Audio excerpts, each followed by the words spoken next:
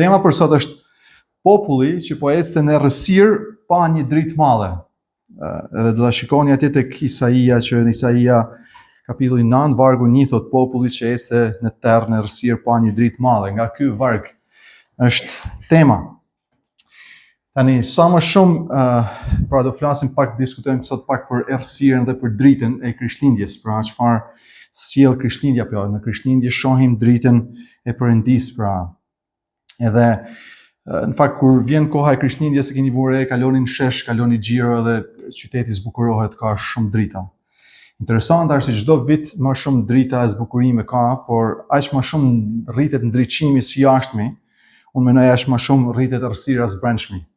Aq më shumë ndriçojmë qytetin edhe shtëpiat tona, aq më shumë çdo vit më shumë kuptimi i Krishtlindjes dhe dritës vërtet të Krishtlindjes po e humbet kuptimin e saj. E kam fjalën jo për ndonjërin për ju shtu, po flas në përgjithësi. Kështu që do mundona sot të shohim një pasazh. Ky pasazh do shohim sot është shkruar 700 vjet përpara se të lindte Jezusi, është një profeci. Por si në këtë kohë ku do lexojmë tani, si në kohën e Jezusit, si në kohën tonë, një errësirë shpirtërore mbretëronte edhe Krishtlindja apo këto vargje për Krishtlindjen sjellin dritë për kohën e Isaias, për kohën e Jezusit, por edhe për kohën tonë sot. Dhe kam dëshirë të lexojmë këto vargje bashkë edhe pastaj të shkojmë të shohim pak a shumë kuptimin ose mesazhin që jam përpjekur unë të përcjellë ose të sjell për Krishtlindje. Po lexojmë nga vargu 23, një varg më lart, ato por errësira nuk do të zgjasë gjithnjë mbi atë që tani është në ankth, ashtu si në të kaluarin ai mbuloi me turp vendin e Zabulonit dhe vendin e Neftalit, kështu në të ardhmen do të mbuloj me lavdi tokën pranë detit Matan, Jordanit, Galilenë e kombeve. Populli që ecte në terr apo në errësirë pa një dritë madhe, mbi ata që banonin në vendin e hijes vdekjes, doli një dritë. Ti e ke rritur kombin, ke shtuar gëzimin e tyre, ata gëzohen para teje ashtu si gëzohet dikush në korrje, dhe ashtu si gëzohet kur ndahet plaçka e luftës, sepse ti ke thyer zjelljen që rendonte mbi të, shkopin mbi kurrizin e tij dhe shufrën e atij që i shtypte, si në ditën e Medianit, sepse çdo këpuc luftari në përleshje dhe çdo mantel i rrekullur në gjak do të caktohet digjet dhe do të jetë eshk zjarri, sepse na ka lindur, vini re tash vargjet, sepse na ka lindur një fëmijë, një djalë na është dhënë. Mbi supet e tij do të mbështetet perandëria dhe do të quhet këshilltari i admirueshëm, Perëndi i fuqishëm, Ati i përjetshëm, Princi i paqes. Nuk do të ketë sosur rritja e perandërisë tij dhe paqja mbi fronjë e Davidit dhe në mbretërinë e tij për ta vendosur pa u tundur dhe për ta forcuar me anë të mençurisë dhe drejtësisë tani dhe përjet. Këtë ka për të bërë zelli i Zotit të ushtrive. Amen. Tani, shikoni pak ato të vargjet edhe mundoni gjatë kohës që jam duke predikuar me mbajt mend disa fjalë kyçe, si për shembull Davidi, mbreti David, është e rëndësishëm në këtë çfarë do themi. Galileja është e rëndësishme, drita, e disa fjalë, një fjalë tjetër por. Edhe nëse i mani mend këto fjalë është vështirë, mi majt mend, por nëse ata që kanë qef historinë do ta lidhin, se është pak me histori kjo pjesa. Tani mbreti David, se përmend aty në vargun e fundit që lexova, mbreti David. Mbreti David jetoi 1000 vjet përpara Jezusit, përpara se të lindte Jezusi. Edhe quhej apo njihej si njeriu sipas zemrës Zotit. Ai ishte, si më thënë, për popullin hebrej ishte si Skënderbeu për ne. Pra për ata që nuk janë familiarizuar për historinë, ishte si Skënderbeu për shqiptarët. Pra populli hebrej deri atëherë ishte i përbëm nga 12 fise, bijtë e Jakobit, që ishte shpërndarë dhe secili qeveriste fisin apo zonën e vet, le të themi. Edhe mbreti David i mlolli këta principata, ashtu siç bani pak a shumë Skënderbeu, dhe themeloi mbretërinë davidike apo mbretërinë që ishte një mbretëri e fuqishme në fakt në atë kohë, në lindjen e mesme. Pra e ktheu Izraelin nga një grup fisesh në një shtet konsoliduar të fuqishëm, në një fuqi rajonale që ishte një pozicion jashtëzakonshëm në atë kohë, pra në tokën ku jetojmë, bëhet fjalë për 3000 vjet përpara ku po flasim, sepse edhe pozicioni është i tillë, pra në mes Afrikës, Azisë dhe Evropës është i rëndësishëm ai pozicion gjeografik edhe politik, sa edhe sot fuqitë e mëdha luftojnë, keni vënë gjithë luftrat edhe diskutimet bëhen për atë zonë. Kështu që mbretëria e Davidit u bë një mbretëri e konsoliduar, Perëndia e pëlqeu Davidin edhe u njoh si një burr sipas zemrës së tij dhe i premtoi në Bibël që çdo herë, çdo kohë në përjetësi do mbretëronte dikush në fron apo në këtë mbretëri nga pasardhja e Davidit, pra një bir ose një trashëgimtar, djalë mas djalit, si themi ne, brez mas brezit do të ishte një trashëgimtar. Edhe kjo është një profeci dhe një premtim i Perëndisë. Kështu që mas vdekjes Davidit, biri i tij Salomoni u përfshi një dhujtari, edhe pastaj sa më shumë largohej nga Davidi mbretëria, aq më shumë përkeqësohej mbretëria. Largohej nga mbretëria e mirë që i pëlqente Perëndisë, le të themi çdo brez që largohej përkeqësohej, po largohej nga Zoti, kështu që tani jemi si 300 vjet mas Davidit edhe 700 vjet përpara Jezusit. Kanë kaluar disa mbretër, pasardhës pra djalë mas djalit Davidit, dhe është përkeqësu puna. Edhe Zoti, për shkak se mbreti nuk e ndjek më Zotin, populli nuk e ndjekin më Zotin në mënyrë besnike, Zoti dërgon Asirin. Edhe vazhdimisht fakt në atë kohë Asiria, Babilonia, Persia e pushtojnë atë pjesë të tokës hebreje.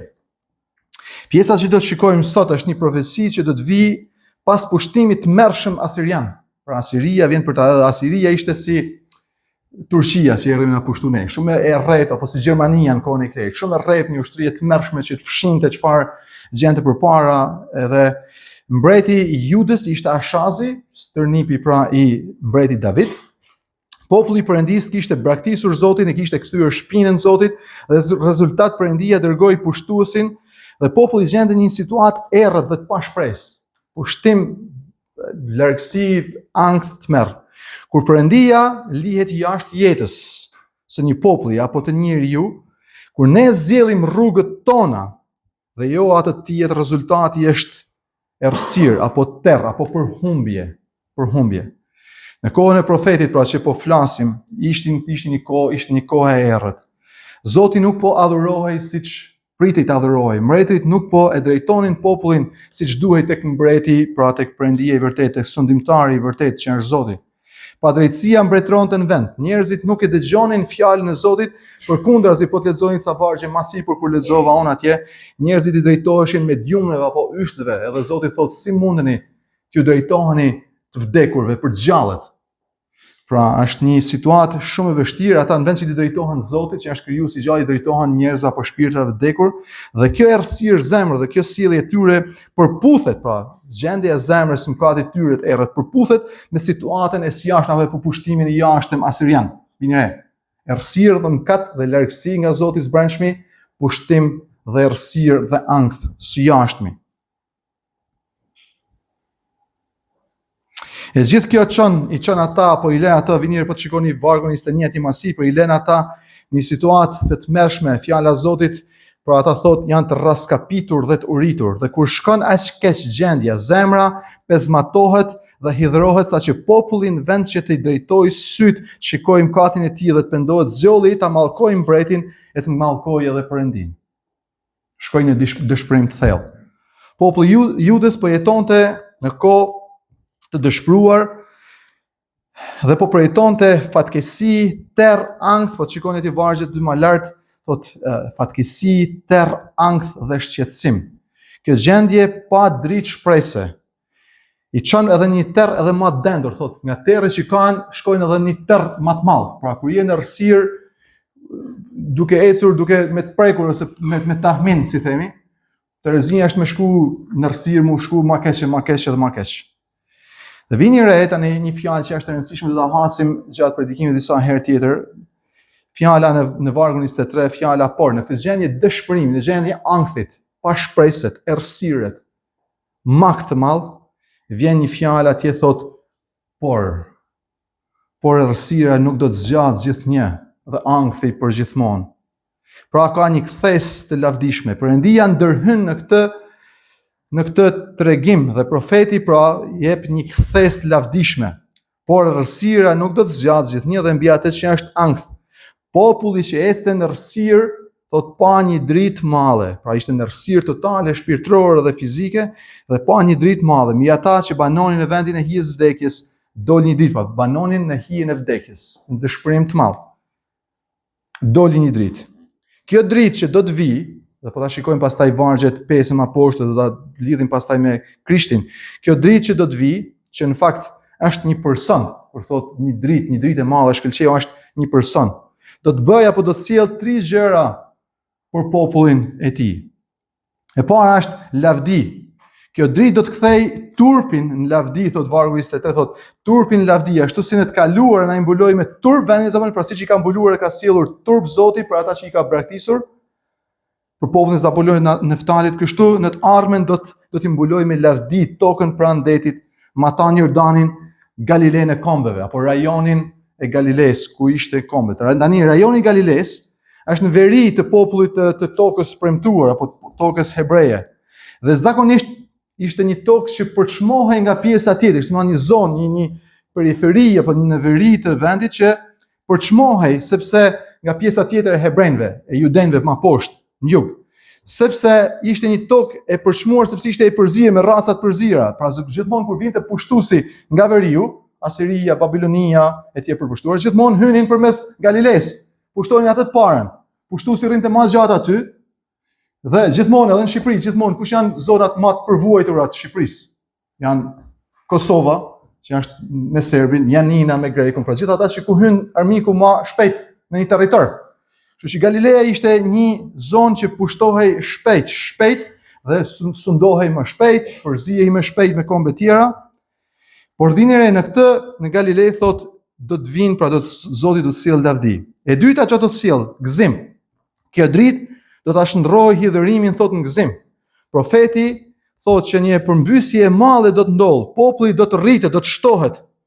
Në vend që të shfaroset nga pushtuesi, do të shtohet, ankthi do të largohet për shkak vdekjes.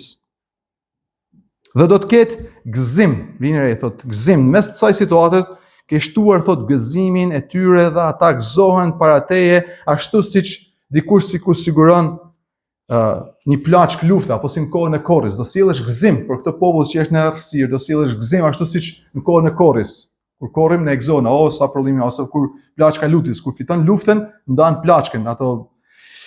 Një gjë tjetër që do sjell, do sjell vargu 3 atje, do të sjell paqe. Drita që do të vi, pra kjo drita sjell lavdi, sjell gëzim dhe sjell paqe. Drita që do të vi do të sjell, do ta transformoj luftën e tyre të vazhdueshme në një paqe të përhershme. Sepse ti, vargu 3, ke thyrë zillen e rënd mbi ta, shkopin mbi kurrizin e tyre dhe shufrën e tij e ke shtypur, pra e ke larguar skllavërinë. Tani pyetja është, kush është kjo dritë? Pra drita, si shohi thot, po populli ishte në errësirë për pa një dritë madhe. Drita madhe do sjell lavdi, do sjell gëzim dhe do sjell paqe. Kush është ky dritë? Kush është kjo dritë? Ai është një person. Shikoni vargun 5 e poshtë, sepse na ka lindur një fëmijë. Kjo është profecia, kjo është gëzimi. Drita është tek fëmia. Fëmia do të sjellë të dritën. Fëmia do ta sjellë lavdin, gëzimin edhe paqen, sepse na ka lindur një fëmijë. Një djalë na është dhënë, mbi supët e tij do të mbështetet perandëria dhe do të quhet këshilltari i admirueshëm, ashtu siç kënuam këngën. Perëndi i fuqishëm, Ati i përjetshëm, Princi i paqes. Nuk do të ketë sosur rritja perandërisë tij dhe paqja mbi fronin e Davidit. Pra vini re tash ai fëmia do të ulet në fronin e Davidit, që përmanim pra, Davidi ka vdekur ka 300 vjet, mani men.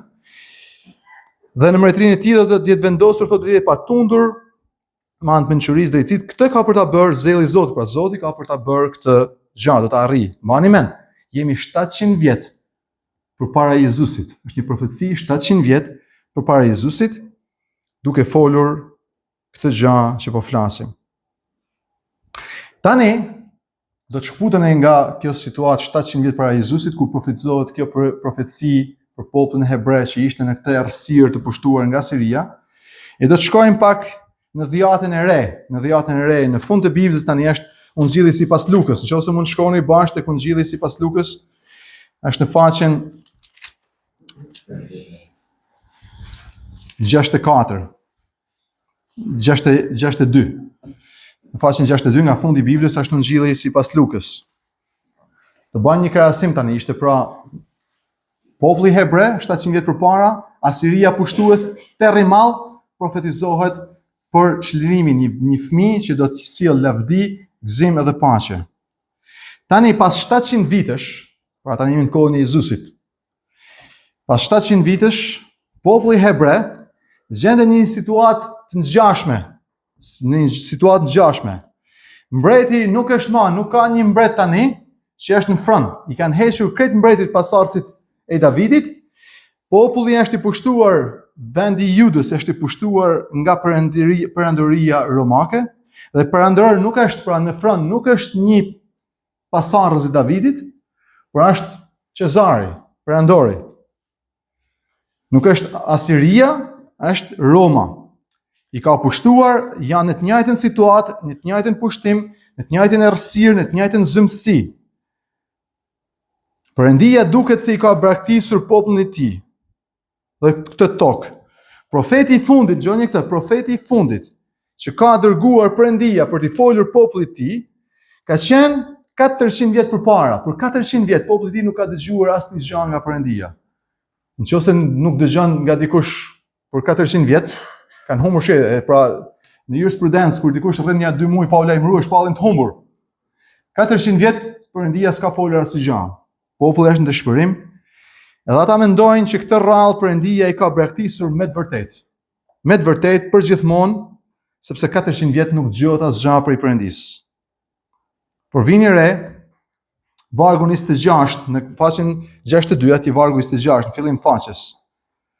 Thot, mani men, siç lexuam te Isaia, terr ankth dhe dëshpërim, thot por erdhi drita. Okay? Tani shohim një por tjetër, por në muajin e 6. Angjëlli Gabriel u dërgua nga Perëndia në një qytet Galiles që quhej Nazaret, të një virgjër që ishte premtuar një burri me emër Jozef nga shtëpia e Davidit. Vini re, Jozefi është pasardhës i mbretit David, mani men 1000 vjet përpara që stam. Dhe emri i virgjëreshës është Mari.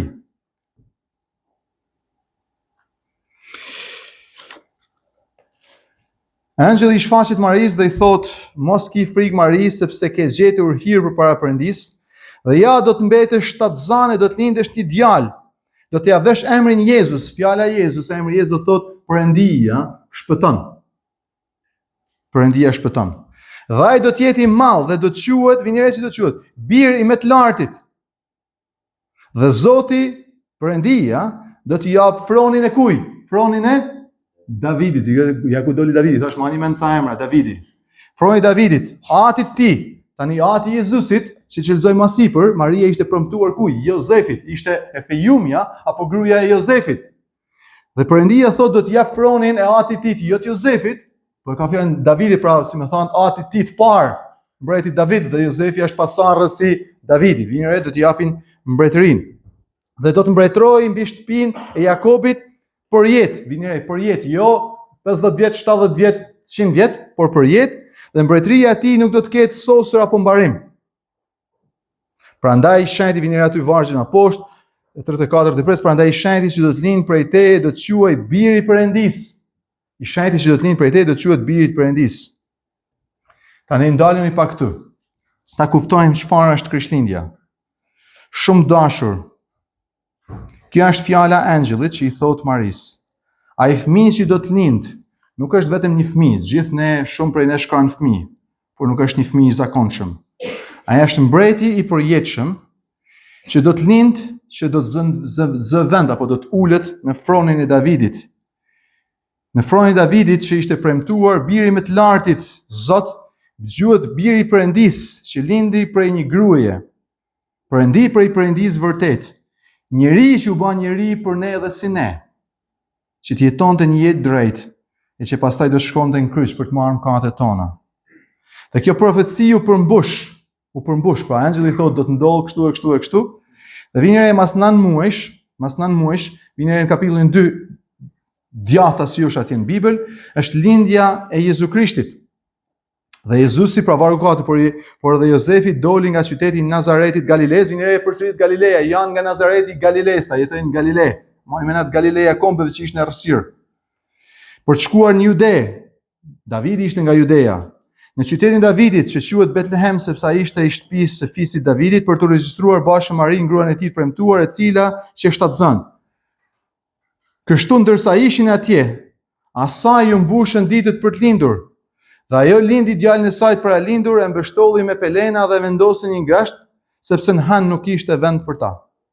Tani në atë krahin ishin disa barin që rrinin jashtë në fusha, dhe natën ruhen kopena, është natën, është errësirë. Është errësirë dhe është natën ruhen kopen.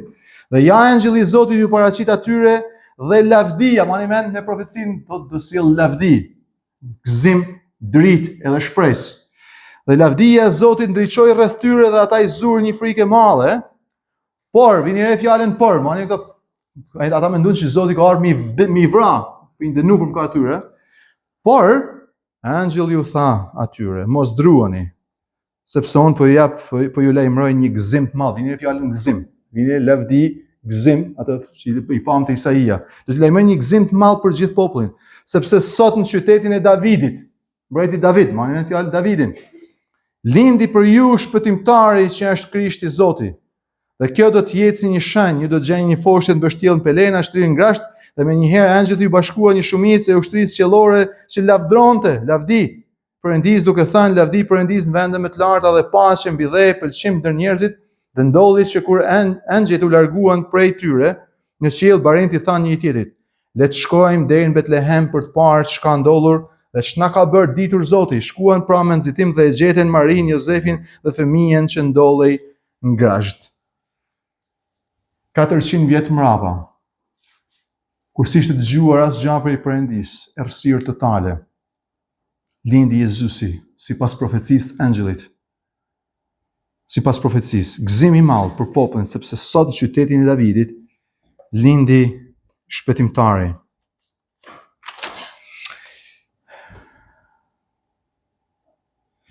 Kjo është çështja historike. Gjithë çfarë po folim tani është çështja historike që ka ndodhur për Jezusin. Tani apostulli Gjan na shpjegon pak çështjen teologjike. Çfarë duhet kuptojmë ne? Okej, e kuptuam ne historikisht. 700 vjet përpara u profetizua, 700 vjet përmrapa u plotësua, lindi Jezusi shpëtimtari, pasardhësi i Davidit që do ulin frojën e tij e me radhë. Çfarë kuptimi ka për ne? Çfarë më duhet mua kjo punë? Më thot njëri. Çfarë ka lidhje me Krishtinë dhe çfarë ka lidhje me mua? Ungjilli i Gjonit, pak më mrapa, ecni edhe pak me Bibël atje, më mrapa shkoni në faqen 100 fix. Në faqen 100 aty ku jeni juve. Na tregon për këtë dritën, vini re, drita është personi, është Jezusi. Thamë, është një person, do na lind një djalë. Tani lindi djali, angjëllit erdhën në shkëlqim në lavdi dhe lajmëruan. Ja çfarë thot Gjoni.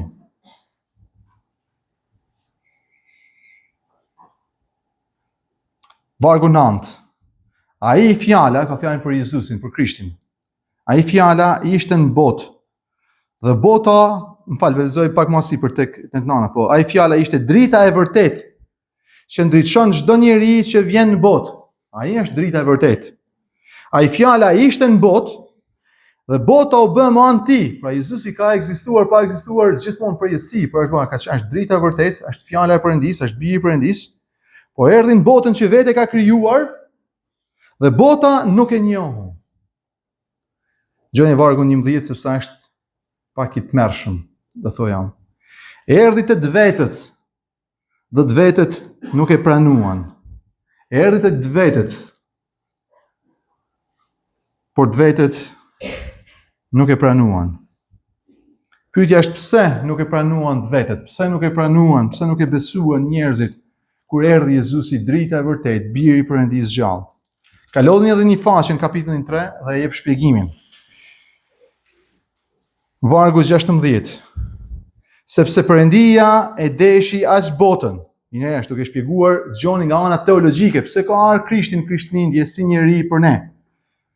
Sepse Perëndia e deshi aq botën sa dha birin e tij të vetëm lindur, që kushdo që beson në të mos humbas, por të ketë jetë përvjetshme. Sepse Perëndia nuk e dërgoi birin e vet në botë, që ta gjykojë botën, por që bota të shpëtohet me anë tij. Ai që beson në të, ai që beson, kushdo prej nesh, nuk gjykohet, por ai që nuk beson tashmë është gjykuar, sepse nuk ka besuar në emrin e birit të vetëm lindur Perëndis. Dhe gjyqi është ky. Vini re, çfarë është gjyqi? Drita erdhi në botë. dhe njerëzit deshen errësirën më tepër se dritën sepse veprat e tyre ishin mbrapshta. Bën pyetjen, erdhi të dijet, por dijet nuk e pranuan. Pse nuk e pranuan? Drita erdhi në botë, njerëzit nuk e deshën, sepse deshen errësirën më tepër se sa dritën që veprat e tyre të mbrapshta të mos dallohen. Kjo na tregon vëllezër motra, e shumë dashur të ftuar, që ne jena mëkatar dhe s'kena qef që mëkati jonë na njihet, na kuptohet, na shikohet. Tani unë po t'i thoja në njarit, ta ngrinte dorën këtu në trimit, e t'na tregonte çfarë ka bërë, por them thjesht çfarë ka menduar dje. Do të ishte turpruar aq shumë sa do të kishim thënë ky është njeriu më i neveritshëm që mund të kem takuar. Nga ana tjetër po të ne i tregosh ti mendimet e tua, ai tjetri ose ne të gjithë tjerë do mendonim të njëjtën gjë për ty. Sepse asnjë s'kemi dëshirë që të vim në dritë taman, që veprat tona mos na dalin sheshi të haptasi. Dhe duke menduar që po i fshehim mëkatet dhe veprat tona të errta, mendojmë që nuk do të kuptohen, nuk do të dihen. Problemi është që ne jetojmë, qëndrojmë, flasim dhe veprojmë në sytë e një Perëndije që din gjithçka, që dëgjon gjithçka, që sheh gjithçka, që kupton gjithçka. E s'ka mundësi tjetër, e ndryshe tjetër, veç se duke ardhur tek Perëndia që tashmë ai din mëkatet tona, veprat tona, mendimet tona, sjelljet tona. Vim tek ai me pendim e t'i kërkojmë falje në mënyrë që Jezu Krishti, që është drita e vërtet, që jetoi një jetë drejtë të shenjtë, na i fal ato, e na jap jetë përjetshme.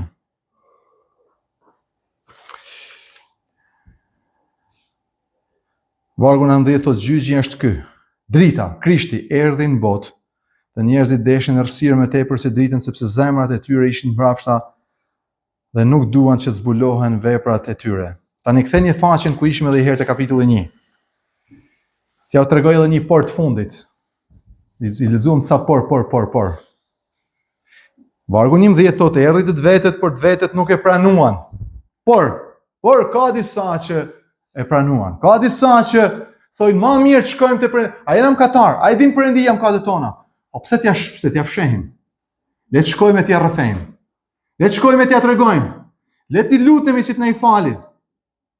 Le të shpresojmë të besojmë të, sepse vetë nuk mund t'i heqim e shlyejmë mëkatet tona. Por të gjithë atyre që e pranuan, ai u dha pushtet të bëhen bijtë Perëndis. Atyre që besojnë në emrin e tij. Vini re, Krishtlindja vëllezër motra është kjo. Biri i Perëndis erdhi prej qiellit, jetonte jetë drejt. Që kushdo që beson dhe e pranon atë, ne që ishim bijtë zemrimit të mëkatit, e armiqt të mund të bëhen bijtë Perëndis, bashkë vëllezërit Jezu Krishtit. Gjithë atyre që u pranuan, ai u dha pushtetin të bëhen bijtë Perëndis, atyre që besojnë në emrin e tij.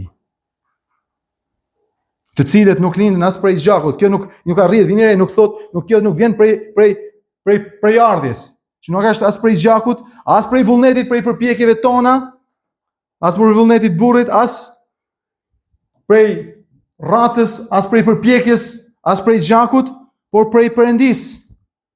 Dhe fjala u bë mish, kjo është Krishtlindja, fjala, biri i Perëndis, Jezusi, u bë mish, u bë njeri, e ndenjë ndër ne.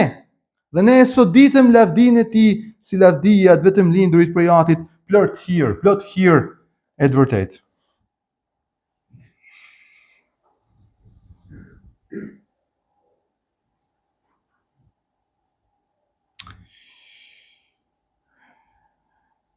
Besoj që e keni kuptuar edhe e dini mjaft mirë që gjithë ne sa jemi këtu jemi mëkatar. Edhe nuk mund të kemi as gëzim, as paqe, as lavdi, përveç se duke besuar të vetmin bir të Perëndis, që erdhi të jetojë për ne e të vdes për ne. Tani ne folëm pak, tani do flas pak jam duke folur tashmë për gjendjen tonë, por folëm pak për gjendjen e popullit hebre 700 vjet përpara Jezusit, nën pushtetin asirian, të merr ankth, zi e gazep, Erdhëm 700 vjet më mbrapa në kohën e Jezusit në pushtimin e Romës, njëjtën gjendje, shkëlqeu drita. Po ne sot si jemi? Kujtohet ajo poezia e Pashkovasës, O moj Shqipni. Po sot Shqipni, po më thuj, si je? Po si ai lisi rrëzum për dhe. Po ne, po Shqipëria sot, po ne, po ti, si je? Por si ai lisi rrëzum për dhe. Të rrezi në zemrat tona kam katë, vëllezër motra, dhe nuk mund ta fshehim dot edhe pse mund të pretendojmë. Errësira jonë shpirtërore nuk daravitet ndryshe, veç se duke ngritur syt për të parë Krishtin dritën e vërtet, Krishtlindjes. Sepse Krishti lindi në Krishtlindje dhe solli dritë, por ai shkoi në kryq dhe vdiq në errësirë. Dhe u ringjall të tretën ditë, që kushdo që beson të, ta njohë, ta kuptoj dritën e vërtetë dhe drita e Perëndisë shkëlqej në zemrën e tij. E pyetja ime për ty sot dhe sfida ime për ty sot është: çfarë është Krishtlindja për ty? Çfarë do festosh këtë ditë? Çfarë kupton ti Krishtlindje? Ti mund ta zbukurosh pemën, mund ta pjekësh gjelin mirë, baklavën ta bësh ëmbël, drita veshësh bukur me ngjyra, me të kuqe, por kjo nuk e mbulon errësirën e shpirtit tënd. Kjo nuk e heq errësirën e shpirtit tënd. Kjo nuk e heq fajin dhe mëkatin tënd. Në zemrat tona, vëllezër motra, për shkak të mëkatit natyror, për shkak se jemi pasardhës të Adamit, për shkak se kemi mëkatuar vazhdimisht, është errësirë, është ankth, është pa shpresë, nuk ka gëzim. Ne kemi nevojë të ngrejmë sytë tanë tek drita e Krishtlindjes, që nuk është drita e Allahut, por është një person. Drita e Krishtlindjes është Krishti vetë, biri i Perëndisë, që hyri në këtë botë, erdhi në botën që vetë krijoi, që të jetojë një jetë shenjtë, shkoi të vdiste në kryq jo për mëkatet e tij, as ishte i pa mëkat, për mëkatet tona. Në mënyrë që kushdo që e kupton errësirën e tij të brendshme edhe dritën që shkëlqen të, të pendohet për mëkatet e tij, e t'i besojë atij, në mënyrë që ai të marrë errësirën tonë, ta dënojë në kryq, e të na jap dritën e shpresën e lavdinë që ai kishte në zemrat tona. Ai pyetja është: a e ke dritën e Krishtlindjes? E pyetja e vërtetë është: a e ke Krishtin e Krishtlindjes? A e ke Jezusin në zemrën tënde? Vetëm në këtë mënyrë ti mund të thuash vetes, mund të thuash tjerëve gëzuar Krishtlindjes, e mund të thuash vetes gëzim. Gëzohu sot. Ki besim sot, ke shpresë sot. Sepse ka shpresë, sepse një ditë Krishti do të kthehet e ta bëjë plot gëzimin ton, do ta bëjë plot paqen ton. Kur të na marrin lavdinë e tij të përjetshme. Kur të na marrin në lavdinë e tij të përjetshme atje në qiell, ku vetë ai është diell i pa praruam. Ai është diell vetë atje. Në qiell fjala e Zotit thotë nuk do ketë diell as han, sepse biri i Perëndisë është drita e përjetshme. Lumë ata që i ngrenë syt nga Krishti sot, e i kërkojnë atij falje për mëkatet e tij, kërkojnë atij të ndriçojë në zemrat e tyre, që të lindë Krishti në zemrat e tyre. Ata do të kenë faljen, shpresën, gëzimin dhe lavdinë e ardhshme, e të përjetshme në mbretërinë e tij. Amen. Le të lutemi bashkë. Falënderojmë o Perëndi për këtë fjalë. Na ndihmo Zot që ta kuptojmë. Ndoshta duket si një prallë, ndoshta duket si një histori, ndoshta vështirë për t'i lidhur ngjarjet, por është e domosdoshme për ne t'i kërkojmë Shpirtit Tënd Shenjtë, t'i ndriçojë zemrat tona, të na e bëjë të kuptueshme fjalën tënde, që ai Krisht që u profetizua prej fillimit, erdhi në botën tonë, si drita e vërtetë, si shkëlqimi i lavdisë Atit, si t'jetoi një jetë drejt shenjtë pa gabim, vendin tonë, shkoi në kryq për ne, të vdesë të ringjallet, në mënyrë që kushdo që beson të ketë jetë përjetshme. O Perëndi, na sill zemrat tona në pendim. Na ndihmo ta kuptojmë errësirën tonë të brendshme. Na ndihmo ta kuptojmë që s'mund ta shpëtojmë veten, Nuk mund t'i japim vetes falje, as shpresë, as gëzim. Falja vjen prej Tejet, mëshira vjen prej Tejet, gëzimi vjen prej Tejet, paqja vjen prej Tejet. Kemi nevojë për gëzimin tanë, kemi nevojë për paqen tanë, kemi nevojë për lavdin që vjen prej Tejet. Dhe i ndriçoj sytë tanë, ndriçoj zemrat tona, ndriçoj mendjet tona. Na ndihmo që të lindë Krishti në zemrën tonë prej zvërteti, edhe përjetësisht. Ne në të nëshmorën e lutemi. Amen.